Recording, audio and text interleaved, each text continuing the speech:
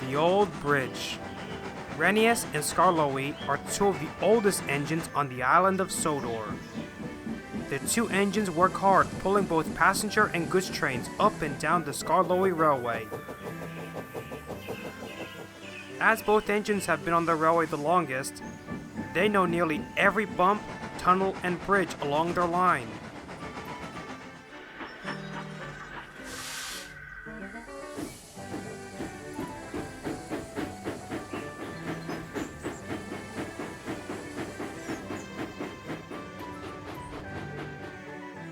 But one night, a fierce storm swept through the island.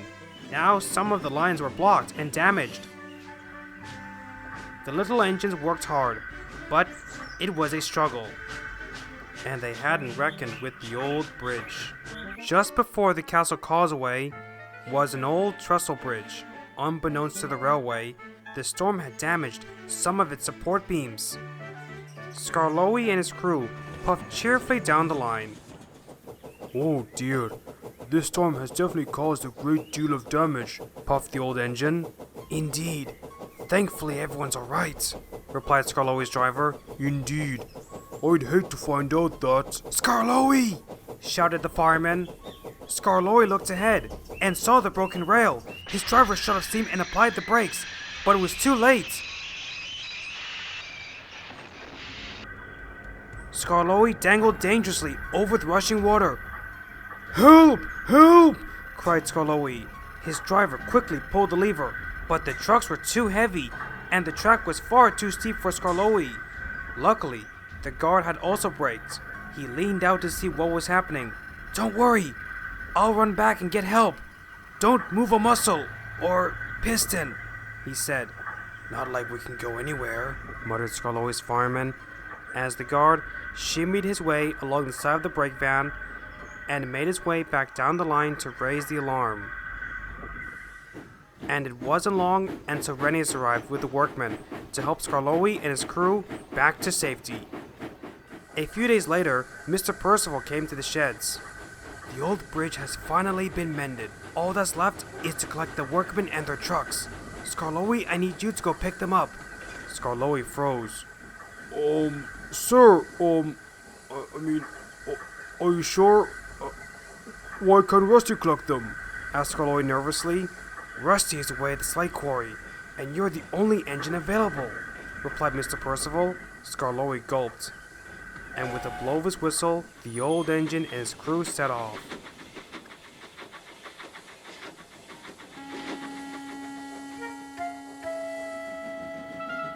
Skarloey soon arrived at the bridge. He saw the workmen and their trucks on the other side. "Alright, Skarloey, let's go get the trucks and—" "Skarloey?" But Skarloey didn't respond. He just looked down nervously at the rushing water. Skarloey, are you okay?" asked the driver. Well... "Come on, Skarloey, the bridge is safe now," said the fireman. But Skarloey didn't respond. The driver was just about to pull at the regulator when Skarloey groaned. I don't feel well," groaned the tank engine. What do you mean?" I don't know. I just feel a pain in my pistons. I think I need to go back to the sheds," replied Skarloey. The driver and fireman were puzzled. Meanwhile, the workmen were getting impatient. "What's the holdup?" asked the foreman. "Sorry, but there's something wrong with my pistons, explained Skarloey, and with that, he puffed away, leaving the workmen very puzzled. Skarloey and his crew soon returned to the sheds, much to Renius and his crew's surprise. Skarloey, what happened? And where are the trucks? Asked Renius. Apparently, Skarloey is experiencing some sort of pain in his pistons, explained Skarloey's driver. Yes, so I thought it would be, best if I, came back here to be, checked over, continued Skarloey. So who's gonna collect the trucks and workmen? Asked Renius' driver. Well, since you're headed in that direction, maybe you could collect them? Suggested Skarloey's driver. Renius' crew were taken aback by this. Wait a minute, No, it'll be alright. I mean, this isn't the first time I've had to handle both me and Skarloey's trains, replied Renius. And with that, he puffed away.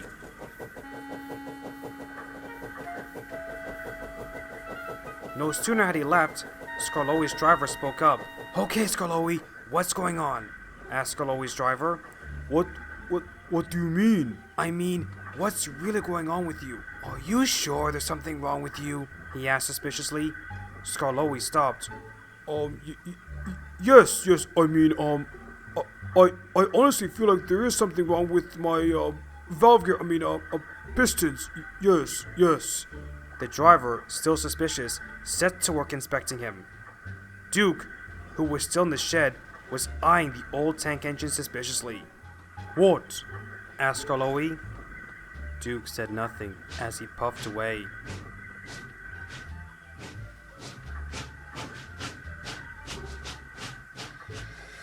The next day, all the engines were getting ready for work. Morning, engines, said Mr. Percival. Good morning, sir, replied the engines. All right, let's get down to business. Renius, it's passenger work for you. Duke, it's goods work. And Skarloey, you're taking a special goods train from the wharf. Skarloey's face fell. He knew the wharf was on the other side of the old bridge. But before he could say anything, his driver got into his cab. All right, old boy, time to get... Oh dear, I don't feel so well, groaned Skarloey. The driver was surprised. What's wrong? I don't know. I just don't feel well, replied Skarloey. Renius sighed. Don't worry, we'll take your train today, said Renius. Skarloey smiled. Thank you, Renius. If that's okay with Mr. Percival. Well, I suppose so, but I'm very well then. Skarloey, once looked over, I guess it's yard work for you, said Mr. Percival. Yes, sir, replied Skarloey. With that, Renius set off. Duke, who was still in the shed, eyed Skarloey suspiciously. How convenient, he huffed. What do you mean? Your crew checked you over yesterday and found nothing, and yet you still feel ill, huffed Duke. Skarloey gulped. Well, it's, driver still hasn't, found out what's, wrong with me, stuttered Skarloey. Duke just huffed, and Skarloey sighed. Well, you see, the thing is, for goodness sake, speak the Queen's English. I'm afraid to go on the old bridge, Skarloey blurted out. His driver stopped inspecting him. Wait, what? Yes, I'm scared of the old bridge, okay? Duke and both engines' crews were surprised. Skarloey, you're one of the oldest engines on Sodor. You braved a mudslide and an avalanche. How are you scared of a broken bridge? The old tank engine sighed. I don't know, but since my accident, I've just had this looming anxiety about the bridge. And what could have happened? Like, what if I couldn't stop in time? What if the guard didn't break? I know the bridge has been mended, but I just can't. Skarloey's voice trailed off. Duke was perplexed by this. Skarloey, you're one of the oldest engines on Sodor. You've dealt with far more dangerous situations, huffed Duke. Skarloey sighed. I know. but this feels different. If you were in my place, you'd understand. puffed Skarloey. Skarloey's driver looked at his engine closely. It was clear that he was really shaken up by this. I think we should get to work, said the driver, and with that, Skarloey set off. As Duke watched him go, he couldn't help but feel both upset and worried about the old engine. Soon, Duke was out on the main line with his goods train. I just don't get it. He's been through thick and thin, but now, after one small incident, I can understand your confusion, Duke. But many people, and I guess even engines, react differently to near-death experiences, said Duke's driver. I see. Duke was left lost in his thoughts. Then, as he rounded a bend, he saw something, or someone, which stirred a half-forgotten memory. I think I might know how to help our old friend.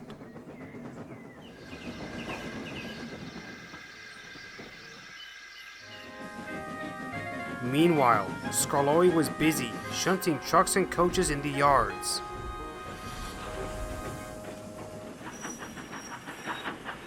He had just shunted some coaches when Duke pulled in. Oh, hello, Duke. Greeted Skarloey. Hi, Skarloey. Replied Duke. Silence fell for a moment, until Duke finally spoke. So, I've been thinking about what you said. Skarloey sighed. Let me guess. You've been thinking how it wouldn't suit his grace? Duke chuckled. No, but your accident did remind me of another accident that resulted in an engine being in a similar position as you, said Duke.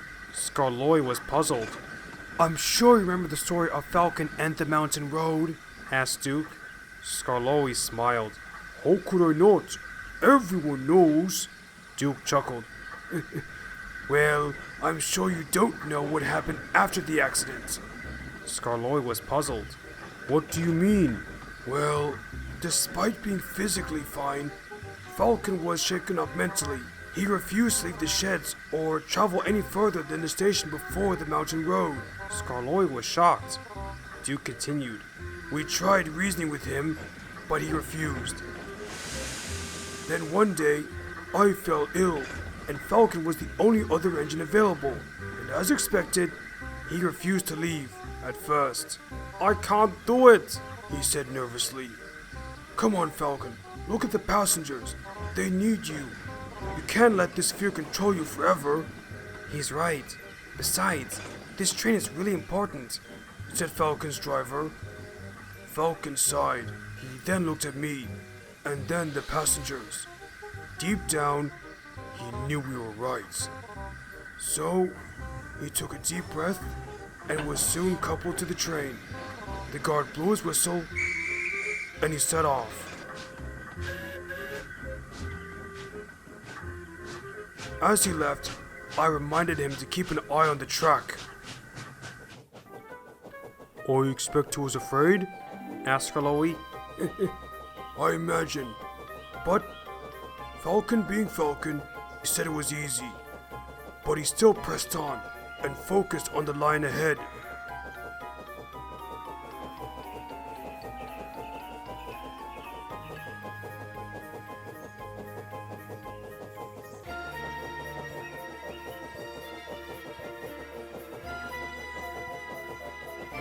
And didn't let the accident prevent him from getting the job done, finished Duke.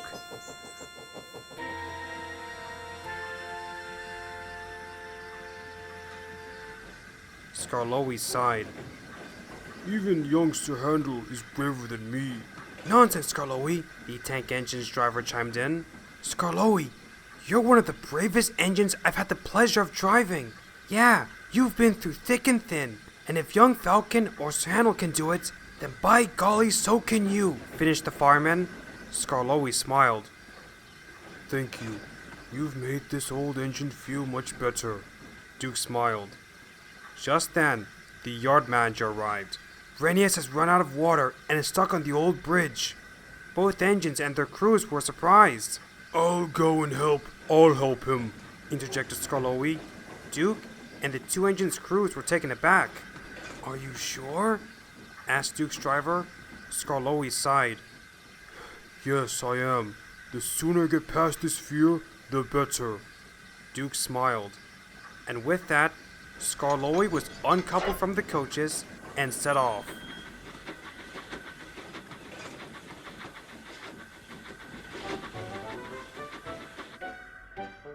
Meanwhile, Renius was stuck on the old bridge, feeling miserable. Out of all the places I could have run out of water. Calm down, Renius. I'm sure help will be here soon, soothed the old tank engine's driver. I know, but the passengers are definitely not going to be happy about this, replied Renius. Just then, he heard a whistle. It was Skarloey. The old engine stopped just before the bridge. It's okay if you really don't want to cross the... No, driver. Interjected Skarloey. Besides, this is kind of my fault, and we can't leave these passengers stranded for much longer. The tank engine's driver nodded. So, slowly but surely, he opened the regulator, and Skarloey rolled onto the bridge. The rails creaked loudly.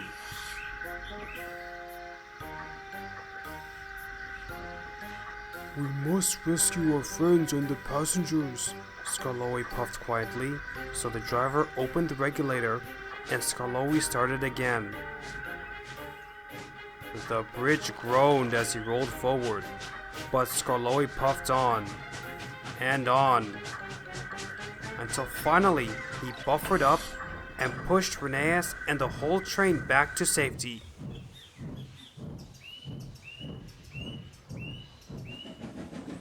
Skarloey didn't stop until they had reached a junction. Renius was uncoupled and then shunted into a siding to be looked over and refilled with water. Thank you, Skarloey, puffed Renius. Nice to see that you're feeling better. Skarloey smiled. Yeah, feeling much better now, replied Skarloey. Then he looked at the train. Tell you what, I'll finish taking this train, and you can go back to the yards, suggested Skarloey. Both Renius and Skarloey's crew were surprised. Are you sure? Asked Skarloey's driver. I'm sure. Besides, it's my turn now. Renius smiled. Soon, Skarloey was coupled up to the train, and he set off.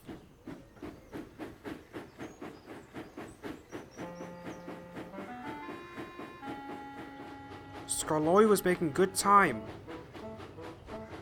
until he came to the bridge. He started to get nervous, but then he remembered Duke's story. So, he took a deep breath and kept going, while keeping his eyes on the line.